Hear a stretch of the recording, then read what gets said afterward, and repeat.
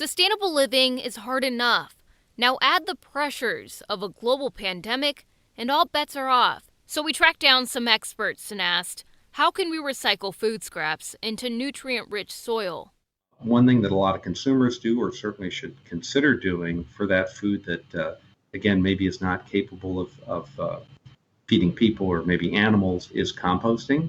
Cut up your food waste as much as you can. You even blend it, put it into your blender and mince it up that way if you can. I live in an apartment here, so I freeze my food waste in a bowl. I put it into my freezer in a metal bowl, just put all my scraps and bits and pieces in there. And someone's put a compost bin a couple of streets away in a flower bed. So I just take my compost there and put it into that compost bin. But then with a compost bin, if you have one in your garden or in your allotment, you want to keep moving it. You want to keep stirring it.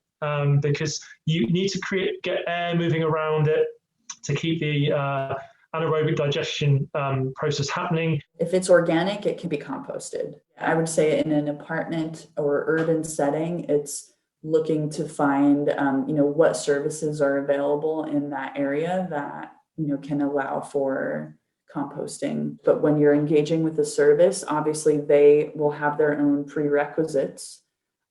Because, for instance, some compostable packaging, composters don't want that input because the whole premise of compost is that you're taking in organic matter to produce quality compost, right? So you need nutrition coming in, and some composters, they'll only take up to a certain ratio of compostable packaging because it's an ultra processed polymer that does break down, but it doesn't contribute anything to the compost.